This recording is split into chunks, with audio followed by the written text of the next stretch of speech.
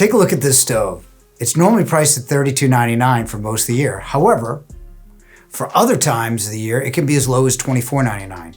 That's not including package rebates and other offers.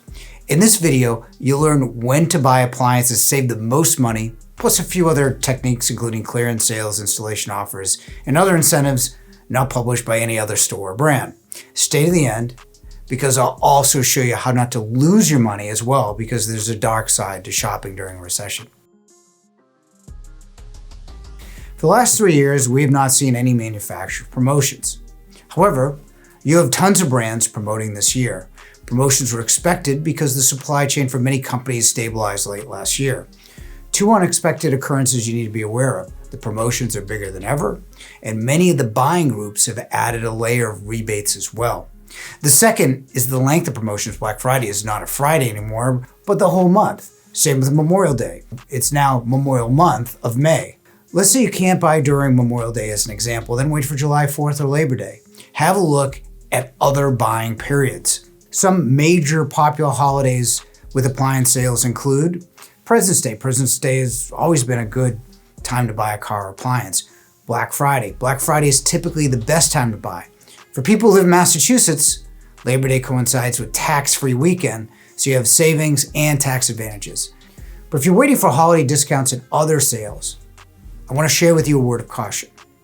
Don't follow this advice with the following manufacturers: Sub-Zero Wolf, Thermador, and Bosch dishwashers. You'll be waiting 7 months to 2 years for Sub-Zero, Wolf, or Thermador appliance. For Bosch dishwasher, it could be longer for anything under $1,000. They were all popular during the pandemic and still have supply chain issues.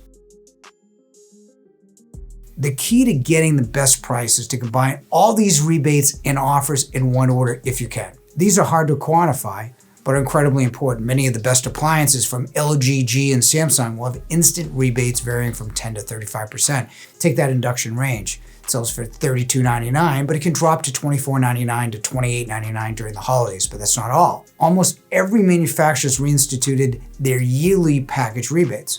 You buy qualifying appliances like a refrigerator, stove, and dishwasher, receive a check anywhere from $2,000 to $2,700. Add the package rebates to those individual rebates.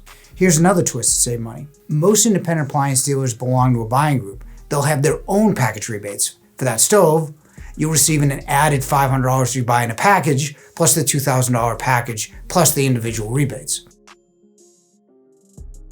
Now let's say you bought a dishwasher and saved $200. That's good. However, with appliances, the sales price is only part of the story. Check installation prices, because at certain times of the year, you'll have a $300 delta in the dishwasher installations between all the local and national stores. Many stores will add a layer of installation savings. Be careful, you want to make sure it's installed right without waiting a long time. Another buyer's tip is installing a built-in refrigerator is like a separate construction project, especially applying the wood panel on brands like Sub-Zero, Thermador, Miele, and Gaggenau. You'll find a $500 difference for built-in installation prices between local and national companies. Many dealers during the pandemic placed large orders hoping to receive anything. Factories started shipping those orders last fall in a recession with fewer buyers. I would watch for dealer sales because those warehouses are full. Always check prices and don't fall for a sale without the actual savings. Here's another buyer's tip. Most national chains have free delivery, but have quietly increased removing your old appliance to $50 and normal hookups are now $20. So always you want to compare the bottom delivered line.